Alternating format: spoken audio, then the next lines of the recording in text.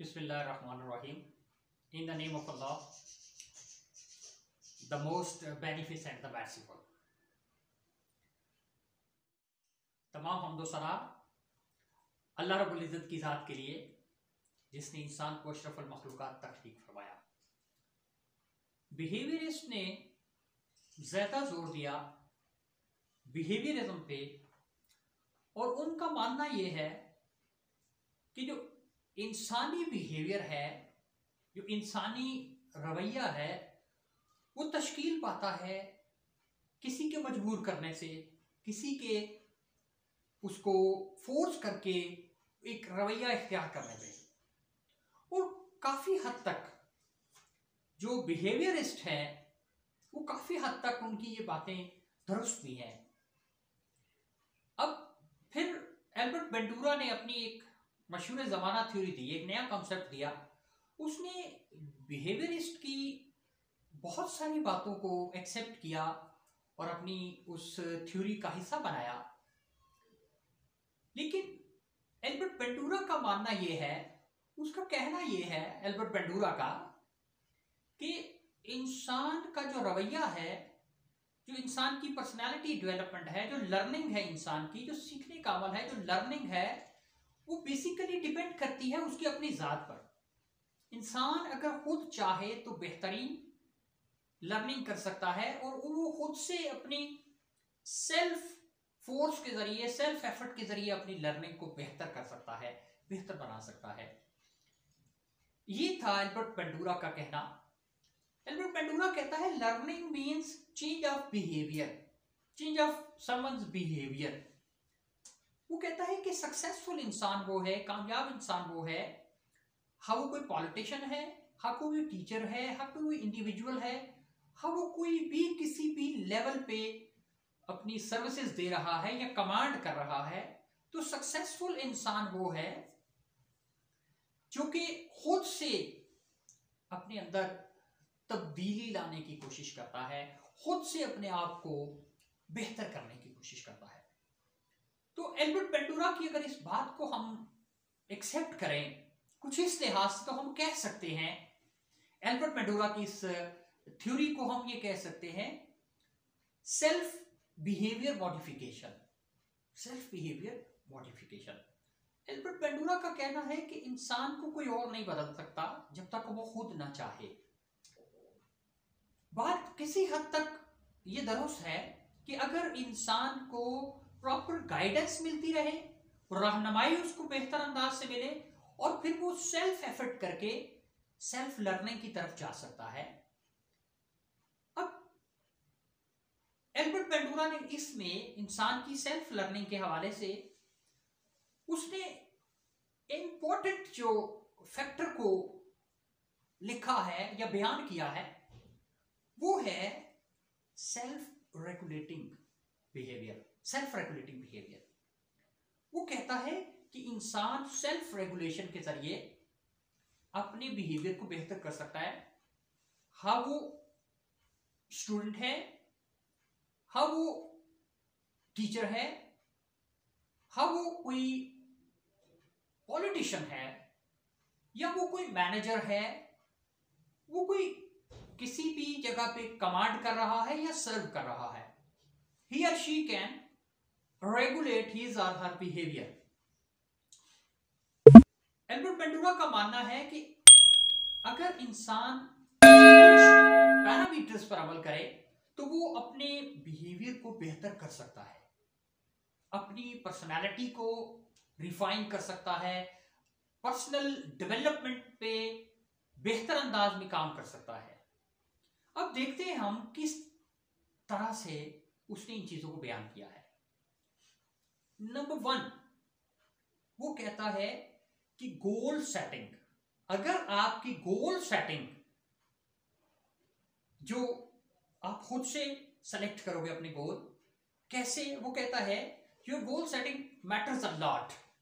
For example आपने कोई exam देना है, आप किसी इंटरव्यू में अपीयर होना चाहते हैं, आपका कोई टेस्ट है, कोई जॉब टेस्ट है, या आपने किसी टॉस्क के हवाले से किसी जगह कोई प्रेजेंटेशन देनी है या प्रेजेंट करना है किसी को, तो वो कहता है सबसे पहले आप खुद अपने गोल सेट करोगे। गोल सेटिंग नंबर 1। Goal setting. अब ये आपने खुद से अपने गोल सेटिंग करने हैं।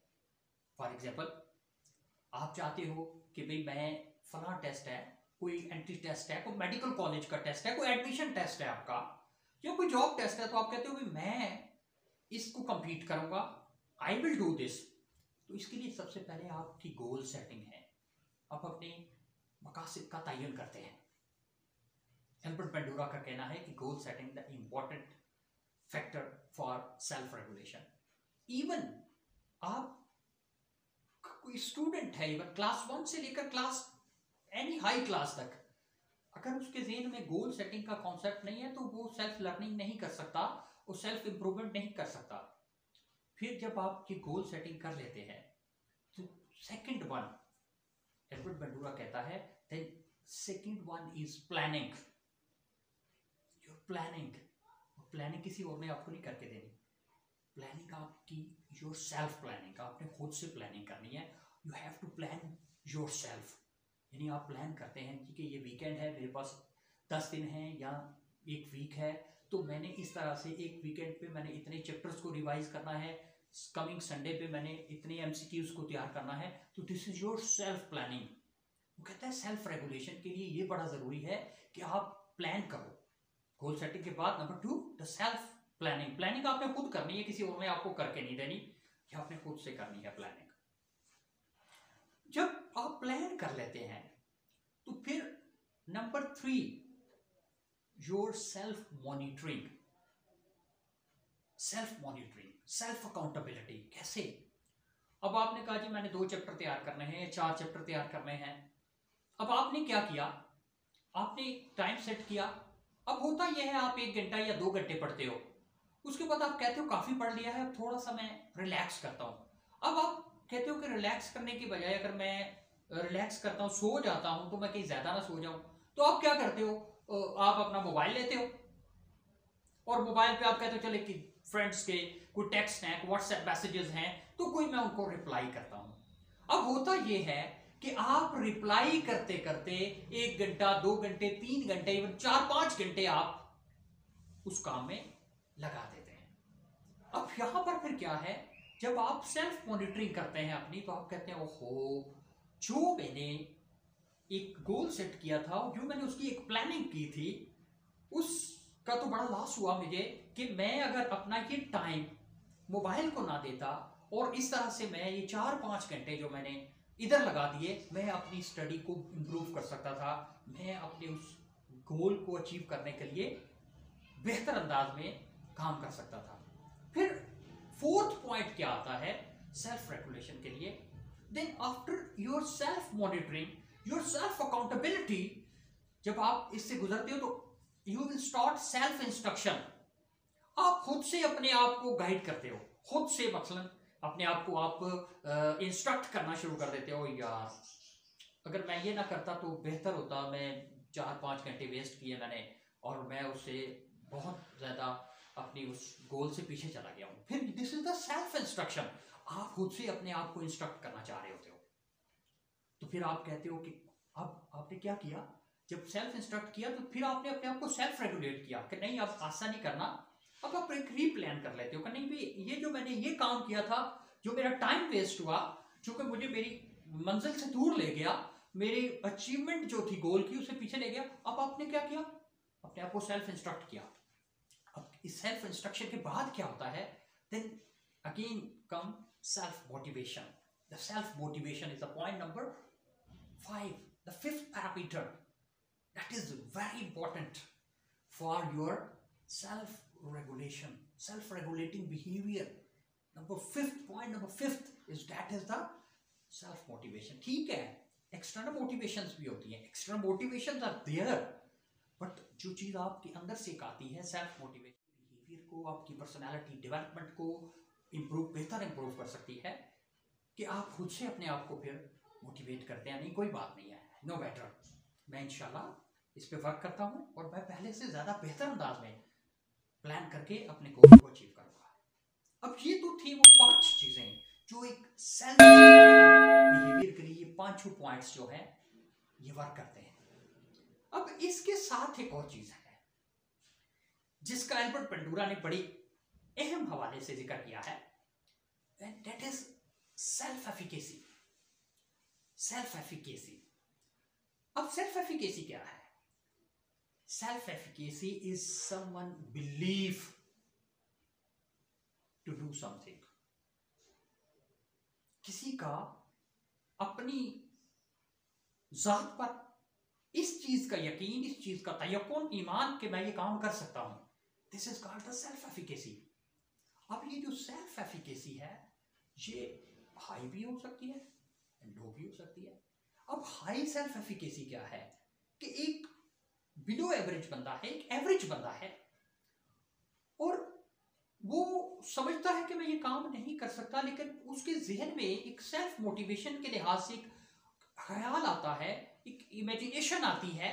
वो तो ख्यालाती तौर पे कहता है कि अगर मैं एफर्ट करूं, if I will effort for this, if I will struggle for this, then I can do this. कि अगर मैं एफर्ट करूंगा, मैं मेहनत करूंगा, तो मैं ये कर सकता हूं। This is the high self efficacy. ये हाई सेल्फ एफिकेसी की सिंबल है, ये हाई सेल्फ एफिकेसी। अब लो एफिकेसी क्या है कि एक इंडिविजुअल है, वो अभी एफर्ट भी नहीं कर रहा और काम करने से पहले ही वो कह देता नहीं ये काम मुझसे नहीं होगा। स्ट्रगल भी नहीं किया, अटेम्प्ट भी नहीं किया, और अटेम्प्ट से पहले ही अपने आप को वो इस फेज में ले गया कि ये मुझसे नहीं होता। So this is the low efficacy. This is the low efficacy. अब लो एफिकेसी होने की कुछ वजूहात हैं। There are certain reasons regarding the low efficacy. उसको कहते हैं लर्न्ड हेल्पलेसनेस। उसको कहते हैं लर्न्ड हेल्पलेसनेस। कैसे? एक इंडिविजुअल है, कोई भी शख्स है, हाँ वो तालिब इल्म है, हाँ वो किसी काम के लिए एफर्ट करता है, अटेम्प्ट करता है। अब जब पहला अटेम्प्ट करता है तो उसको फेलियर मिलता है, वो फिर अटेम्प्ट करता है, सेकंड अटेम्प्ट में उसको फिर फेलियर मिलता है, वो फिर नाकामी उसका जो है ना वो उसके सामने आ खड़ी होती है। वो थर्ड अटेम्प्ट करता है, अगेन जब थर्ड अटेम्प्ट करता है फिर फेलियर है। अब इसको उसने कहा this is the learned helplessness. यानी इंसान एक एफर्ट कर रहा है, वो अपने प्रीवियस माजी से ये सीखता आ रहा है कि ये काम मुझसे नहीं हो सकता। अब this is called the learned helplessness. तो इसकी वजह से फिर उसकी एफिकेसी लो हो जाती है। लेकिन आइए आप देखें इस लो एफिकेसी को हाई में कैसे कन्वर्ट कर सकते हैं। हाई में कन्वर्ट करने के लिए ये 5 पैरामीटर्स हैं जो कि एल्बर्ट बेंडूरा कहता है। Number 1 your goal setting, number 2 your planning, your self planning, then number 3 what? Number 3 your self monitoring, then number 4 self instruction, and then number 5 the self motivation।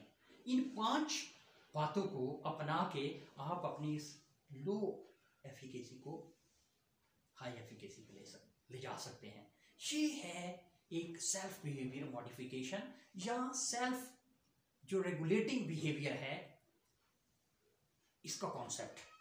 अब ये तो एल्बर्ट बेंडूरा की बात हो गई आपके साथ, ये कॉन्सेप्ट भी एक्सप्लेन हो गया, ये थ्योरी भी आपके साथ एक्सप्लेन हो गई।